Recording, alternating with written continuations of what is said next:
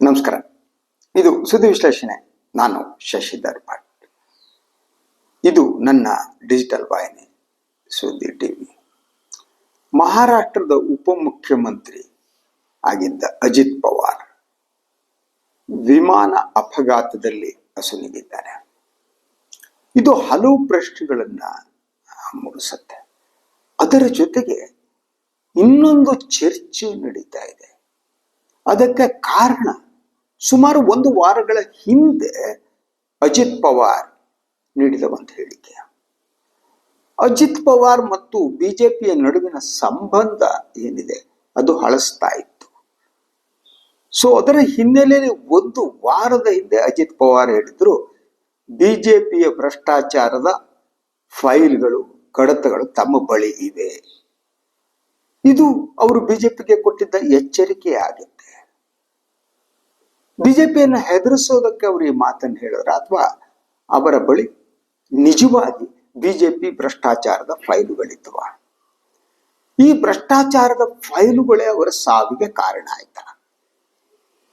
ಈ ಬಗ್ಗೆ ನೋಡೋದಕ್ಕಿಂತ ಮೊದಲು ನಾನು ಇನ್ನೊಂದು ಘಟನೆಯನ್ನ ಹೇಳಬೇಕು. ಅದು ಗುಜರಾತ್ನ ಮಾಜಿ ಮುಖ್ಯಮಂತ್ರಿ ವಿಜಯ್ ರೂಪಾನಿ ಅವರು ವಿಮಾನ ಅಪಘಾತದಲ್ಲಿ ಅಸುನೀಗಿದ್ದು. ಸೊ ಆ ವಿಮಾನ ಅಪಘಾತದಲ್ಲಿ ವಿಜಯ್ ರೂಪಾನಿ ಮಾತ್ರ ಅಲ್ಲ, ಹಲವಾರು ಜನ ಅಸುನೀಗಿದ್ರು. ಆದ್ರೆ ಒಂದು ಚರ್ಚೆ ನಂತರ ಪ್ರಾರಂಭ ಆಯಿತು. ವಿಜಯ್ ರೂಪಾನಿ ಅವರ ಕೈಯಲ್ಲಿ ಕೆಲವು ಮಹತ್ವದ ಕಡತಗಳಿದ್ವು. ಆ ಕಡತದಿಂದ ಯಾರಿಗೆ ಹಾನಿ ಆಗುತ್ತಂತೆ ಭಯ ಇತ್ತು, ಅವರು ಈ ವಿಮಾನ ಅಪಘಾತದ ಒಂದು ಯೋಜನೆಯನ್ನ ರೂಪಿಸಿದ್ರ? ಇದು ಪ್ರಶ್ನೆ. ಹಾಗೇನೆ ಭಾರತದ ಸ್ವಾತಂತ್ರ್ಯೋತ್ತರ ಇತಿಹಾಸದಲ್ಲಿ ಹೀಗೆ ವಿಮಾನ ಅಪಘಾತಗಳು ಸಂಭವಿಸ್ತಾನೆ ಇವೆ. ಆ ವಿಮಾನ ಅಪಘಾತ ಸಂಬಂಧಿಸಿದ ತಕ್ಷಣ ಬೇರೆ ಬೇರೆ ರೀತಿಯ ವ್ಯಾಖ್ಯಾನಗಳು ಪ್ರಾರಂಭ ಆಗ್ತವೆ. ಸಂಜಯ್ ಗಾಂಧಿ ಅಸುನೀಗಿದ್ದು ಗೊತ್ತಿದೆ ನಮ್ಗೆ 80ರಲ್ಲಿ. ಸೊ ಅದಾದ ಮೇಲೆ ಕಾಂಗ್ರೆಸ್ನ ರಾಜಶೇಖರ್ ರೆಡ್ಡಿ ಅವರ ಅಸುನೀಗಿದ್ದೆ, ಪ್ರಮೋದ್ ಮಹಾಜನ್ ಅವರು, ಹೀಗೆ ಪಟ್ಟಿ ಸುದೀರ್ಘವಾಗಿದೆ. ಸೊ ಆದ್ರೆ ಒಂದು ಪ್ರಶ್ನೆ ಏನು ಗೊತ್ತಾ, ಬರೋ ಪ್ರಶ್ನೆ ಅಂದ್ರೆ, ಹಾಗಿದ್ರೆ ಭಾರತದ ವಿಮಾನಯಾನ ಕ್ಷೇತ್ರ ಏನಿದೆ ಅದು ಸುರಕ್ಷಿತವಾಗಿಲ್ವಾ? ವಿಶ್ವದಲ್ಲಿ ನಡೆಯೋದಕ್ಕಿಂತ ಅತಿ ಹೆಚ್ಚಿನ ವಿಮಾನ ಅಪಘಾತಗಳು ಭಾರತದಲ್ಲಿ ಸಂಭವಿಸುತ್ತಾ? ಈ ಪ್ರಶ್ನೆ ಕೂಡ ಬಹಳ ಮಹತ್ವದ್ದು. ಅದರ ಜೊತೆಗೆ ನೀವು ಒಂದು ವಿಮಾನ ಅಪಘಾತವನ್ನ ಮಾಡೋದಿದೆಯಲ್ಲ, ಅದು ಸುಲಭವಾದದ್ದು. ಅದಕ್ಕೆ ಬೇರೆ ಬೇರೆ ದಾರಿಗಳಿವೆ. ಆದ್ರಿಂದ ಸಂಶಯ ಮೂಡುತ್ತೆ ಅನ್ನೋದು. So coming back to the subject, ಬಹಳ ಜನರಿಗೆ ಗೊತ್ತಿಲ್ಲದಿರುವ ವಿಚಾರವನ್ನು ನಾನು ಹೇಳ್ತೀನಿ ಈ ಫೈಲ್ಗಳಿಗೆ ಬರೋದಕ್ಕಿಂತ ಮೊದಲನೇದಾಗಿ ಏನು ಮಹಾರಾಷ್ಟ್ರದಲ್ಲಿ ಮಹಾಯುತಿ ಏನು ಒಂದು ಒಕ್ಕೂಟ ರಚನೆಯಾಗಿ ಅಧಿಕಾರಕ್ಕೆ ಬಂತಲ್ಲ ಬಿಜೆಪಿ ನೇತೃತ್ವದ ಸರ್ಕಾರ. ಸೊ ಅದರ ಹಿಂದೆ ಇರುವವರು ಯಾರು? ಈಗ ನಡೆಯುತ್ತಿರುವ ಹಲವಾರು ವಿಶ್ಲೇಷಣೆಯ ಪ್ರಕಾರ ಗೌತಮ್ ಅದಾನಿ ಅವರ ಹೆಸರು ಬರ್ತಾ ಇದೆ. ಗೌತಮ್ ಅದಾನಿ ಅವರೇ ಈ ಮಹಾಯುತಿ ಒಕ್ಕೂಟದ ರಚನೆಯ ಹಿಂದಿನ ಪ್ರೇರಕ ಶಕ್ತಿ ಅಂತ. ಯಾಕೆಂತಂದ್ರೆ ಗೌತಮ್ ಅದಾನಿ ಬಗ್ಗೆ ಮಾತನಾಡುವಾಗ ನಾವು ಕೇವಲ ಪ್ರಧಾನಿ ನರೇಂದ್ರ ಮೋದಿ ಅವ್ರನ್ನ ಟೀಕೆ ಮಾಡ್ತೀವಿ, ಅವರ ಆತ್ಮೀಯ ಸ್ನೇಹಿತ ಅಂತ. ಸುಳ್ಳಲ್ಲ. ಆದ್ರೆ ಕಾಂಗ್ರೆಸ್ನಲ್ಲೂ ಕೂಡ ಅದಾನಿಯವರ ಆತ್ಮೀಯ ಗೆಳೆಯರಿದ್ದಾರೆ. ಅದರಲ್ಲಿ NCP ನಾಯಕರಾಗಿರುವ ಶರದ್ ಪವಾರ್ ಕೂಡ ಅದಾನಿಯವರ ಆತ್ಮೀಯವಾದ ಗೆಳೆಯರು, ಒಂದು ರೀತಿಯಲ್ಲಿ ರಕ್ಷಕರು. ಅಜಿತ್ ಪವಾರ್ ಕೂಡ ಅದಾನಿಯವರ ರಕ್ಷಕರು. ಹಾಗೇನೆ ಕಾಂಗ್ರೆಸ್ನ ಕಮಲ್ನಾಥ್ ಅವರು ಅದಾನಿಯವರಿಗೆ ತುಂಬಾ ಹತ್ತಿರ. ಸೊ ರಾಹುಲ್ ಗಾಂಧಿ ಒಂದು ಹಂತದಲ್ಲಿ ಸತತವಾಗಿ ಅದಾನಿ ಅಂಬಾನಿ ಅವರನ್ನ ಟೀಕೆ ಮಾಡ್ತಿರ್ತಾರೆ. ಆದ್ರೆ ಅವರ ಪಕ್ಷದಲ್ಲಿ ಹಲವರು ಅದಾನಿ ಅಂಬಾನಿ ಅವರ ಆತ್ಮೀಯ ಸ್ನೇಹಿತರಾಗಿದ್ದಾರೆ. ಸೊ ಕರ್ನಾಟಕದ ಮಟ್ಟಿಗೆ ಬಂದರೂ ಕೂಡ DK ಶಿವಕುಮಾರ್ ಅವರಿಗೆ ಅದಾನಿ ಅಂಬಾನಿ ಜೊತೆಗೆ ಒಳ್ಳೆಯ ಸಂಬಂಧ ಇದೆ. ಅವರ ಮನೆಯ ಕಾರ್ಯಕ್ರಮಗಳಿಗೂ ಕೂಡ ಇವರು ಭಾಗವಹಿಸ್ತಾರೆ. ಸೊ ಒಂದು ಇಡೀ ಭಾರತದ ರಾಜಕಾರಣದಲ್ಲಿ ಮೊದಲು ಉದ್ಯಮಪತಿಗಳು ರಾಜಕೀಯ ಪಕ್ಷಗಳಿಗೆ ಬೆಂಬಲ ನೀಡ್ತಿದ್ರು. ಗಾಂಧಿ ಕಾಲದಲ್ಲೂ ಇತ್ತು ಅದು, ಬಿರ್ಲಾ ಗಾಂಧೀಜಿಗೆ ಹತ್ತಿರ ಆಗಿದೆ. ಆದ್ರೆ ಅವರು ಯಾರು ಕೂಡ ರಾಜಕಾರಣದಲ್ಲಿ ಹಸ್ತಕ್ಷೇಪ ಮಾಡಿ ಸರ್ಕಾರದ ನೀತಿ ನಿರೂಪಣೆಯಲ್ಲಿ ಪ್ರಧಾನ ಪಾತ್ರ ವಹಿಸ್ತಿರ್ಲಿಲ್ಲ. ಅದು ಲೇಟರ್ ಸ್ಟೇಜ್ ನಲ್ಲಿ ಬದಲಾಗ್ತಾ ಬಂದಿತ್ತು. ಸೊ ಇವತ್ತಿನ ಸಂದರ್ಭದಲ್ಲಿ ಭಾರತದ ರಾಜಕಾರಣವನ್ನ ನಿಯಂತ್ರಿಸ್ತಾ ಇರುವವರು ಗೌತಮ್ ಅದಾನಿ ಅವರು ಬಹುಮಟ್ಟಿಗೆ. ಅವರ ನಿಯಂತ್ರಣದಲ್ಲಿ ಭಾರತದ ರಾಜಕಾರಣ ಇದೆ. ಕಾಂಗ್ರೆಸ್ ಪಕ್ಷದಲ್ಲಿ ರಾಹುಲ್ ಗಾಂಧಿ ಒಬ್ಬರು ಕೂಗಾಡ್ತಿದ್ದಾರೆ ಅನ್ನೋದು ಬಿಟ್ರೆ, ಸೊ ಅವರ ಪಕ್ಷದಲ್ಲಿ ಬಹಳಷ್ಟು ಜನ ಗೌತಮ್ ಅದಾನಿ ಅವರಿಗೆ ಹತ್ತಿರದವರಾಗಿದ್ದಾರೆ. ಸೊ ಈ ಗೌತಮ್ ಅದಾನಿ ಅವರು ರಾಜಕಾರಣದ ಮೂಲಕನೇ ಅವರ ಪ್ಲಾನಿಂಗ್ ಮೂಲಕನೇ ಈ ಅಜಿತ್ ಪವಾರ್ ಬಿಜೆಪಿ ಹತ್ರ ಬಂತು. ಅದ್ರ ಜೊತೆಗೆ ಅವ್ರ ಕೌಟುಂಬಿಕವಾದ ಸಮಸ್ಯೆಗಳು ಇತ್ತು, ಇಲ್ಲ ಅಂತಿಲ್ಲ. ಯಾಕೆ ಅದಕ್ಕೆ ಕಾರಣ ಅಜಿತ್ ಪವಾರ್ ಒಂದು ರೀತಿಯಲ್ಲಿ ಶರದ್ ಪವಾರ್ ಅವರ ರಾಜಕಾರಣ ಇದೆಯಲ್ಲ, ಆ ರಾಜಕಾರಣದ ಉತ್ತರಾಧಿಕಾರಿ ಅಂತ. ಅದೇ ರೀತಿ ಎಲ್ಲ ಪಕ್ಷಗಳಲ್ಲಿ ಅವರು ಸಂಬಂಧ. ಅದ್ರ ಜೊತೆಗೆ ಅತಿ ದೊಡ್ಡ ಸಾಮ್ರಾಜ್ಯವನ್ನ ಕಟ್ಟುವ ಶಕ್ತಿ ಇದ್ದವರು. ಅವರಲ್ಲಿರುವ ಅಪಾರವಾದ ಸಂಪನ್ಮೂಲ ಅದು ಕಡಿಮೆ ಅಲ್ಲ.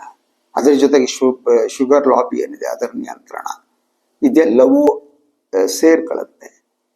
ಆದ್ರೆ ಶರದ್ ಪವಾರ್ಗೆ ಒಂದು ರೀತಿಯಲ್ಲಿ ಅಜಿತ್ ಪವಾರ್ ತಮ್ಮ ರಾಜಕೀಯ ಉತ್ತರಾಧಿಕಾರಿ ಅನ್ನೋದು ಗೊತ್ತಿತ್ತು.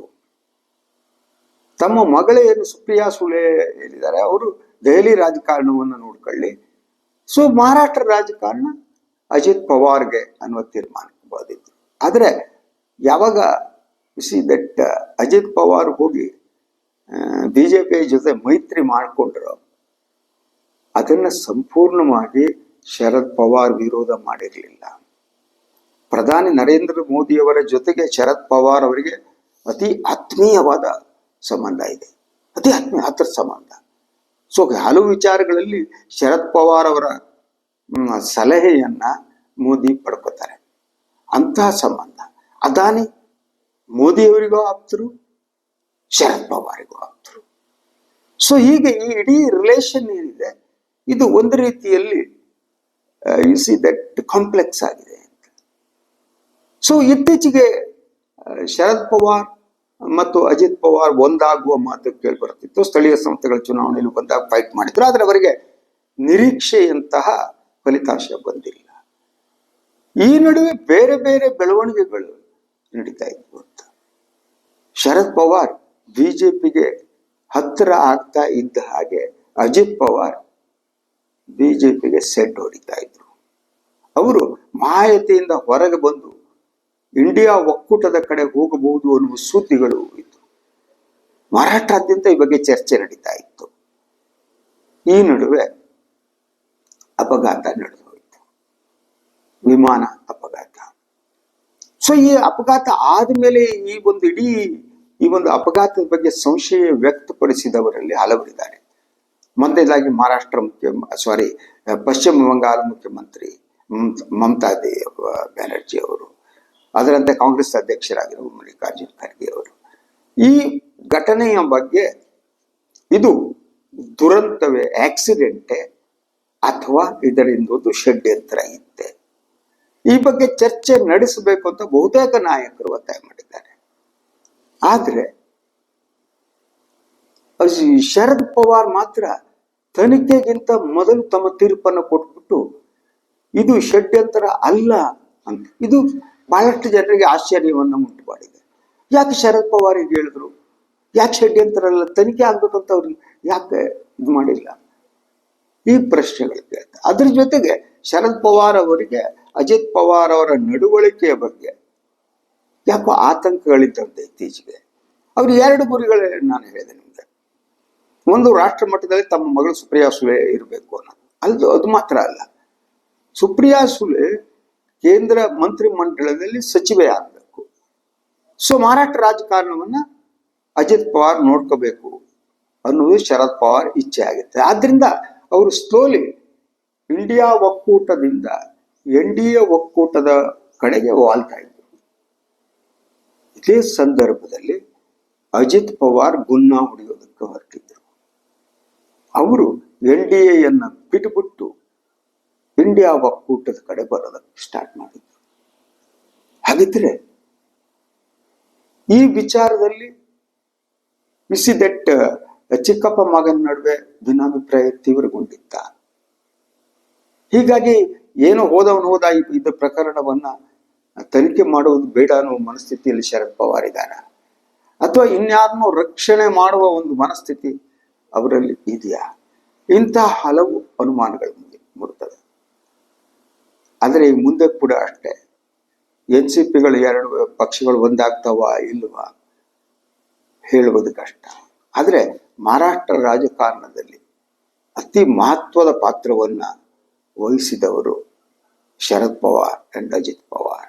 ಅವರ ಸಾಮ್ರಾಜ್ಯ ಹಾಗೆ, ಸಂಪನ್ಮೂಲಗಳ ಸಾಮ್ರಾಜ್ಯ, ಶುಗರ್ ಲಾಬಿಯ ನಿಯಂತ್ರಣ, ರಾಜಕಾರಣವನ್ನ ಯಾವ ಸಂದರ್ಭಕ್ಕೆ ಬೇಕಾದರೂ ಆ ಸಂದರ್ಭಕ್ಕೆ ಗೇಜ್ ಮಾಡಿ ತಮ್ಮ ರೂಪವನ್ನು ಬದಲಿಸುವಂತಹದ್ದು.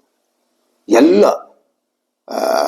ಉದ್ಯಮಿಗಳ ಜೊತೆ ಆತ್ಮೀಯವಾದ ಸಂಬಂಧ ಇಟ್ಕೊಳ್ಳೋದು, ಗೊತ್ತಾಗದಿರುವ ಹಾಗೆ ಅವರ ಜೊತೆ ವ್ಯವಹಾರಗಳನ್ನ ಇಟ್ಕೊಳ್ಳೋದು ಮತ್ತು ಅವರ ಹಿತಾಸಕ್ತಿಯನ್ನು ಕಾಯ್ದುಕೊಂಡು ಹೋಗೋದು, ಅದಕ್ಕೆ ಪ್ರತಿಯಾಗಿ ಏನನ್ನು ಪಡೆದುಕೋಬೇಕೋ ಅದನ್ನು ಪಡ್ಕೊಳ್ಳೋದು. ಇದು ಶರದ್ ಪವಾರ್ ಕುಟುಂಬದ ರಾಜಕಾರಣದ ರೀತಿ, ಎಸ್ಪೆಷಲಿ ಶರದ್ ಪವಾರ್ ಅಂಡ್ ಅಜಿತ್ ಪವಾರ್. ಇನ್ನು ಮುಂದೆ ಏನಾಗುತ್ತೆ ಹೇಳೋದು ಕಷ್ಟ. ತಕ್ಷಣಕ್ಕಂತೂ ಅಜಿತ್ ಪವಾರ್ ಏನು ಅವರ ಸಂಘಟನಾ ಚಾತುರ್ಯ ಇದೆಯಲ್ಲ, ಅದ್ಭುತ ಆಗಿತ್ತು. ಅವ್ರನ್ನ ರಿಪ್ಲೇಸ್ ಮಾಡುವವರು ಕಷ್ಟ. ಸುಪ್ರಿಯಾ ಸುಲೆಗೆ ಅಂತಹ ರಾಜಕೀಯ ಒಳಸುಳುಗಳೆಲ್ಲ ಅರ್ಥ ಆಗಲ್ಲ, ಕ್ಲೇಮ್ ಮಾಡಕ್ ಬರಲ್ಲ. ಅಜಿತ್ ಪವಾರ್ ರೀತಿ ಆ ಕ್ಷಣಕ್ಕೆ ಹಾಗೆ ಪ್ರತಿಬಂಧಿಸ್ತಾ ರಾಜಕೀಯ ತೀರ್ಮಾನವನ್ನು ತೆಗೆದುಕೊಳ್ಳೋದು, ಅದನ್ನ ಅವರು ಕಲ್ತಿದ್ದ ಬಹುಮಟ್ಟಿಗೆ ಶರದ್ ಪವಾರ್ ಇಂತಾರೆ. ಶರದ್ ಪವಾರ್ ಗುಣವನ್ನ ಅಜಿತ್ ಪವಾರ್ ಮೈಗೂಡಿಸ್ಕೊಂಡಿದ್ರು.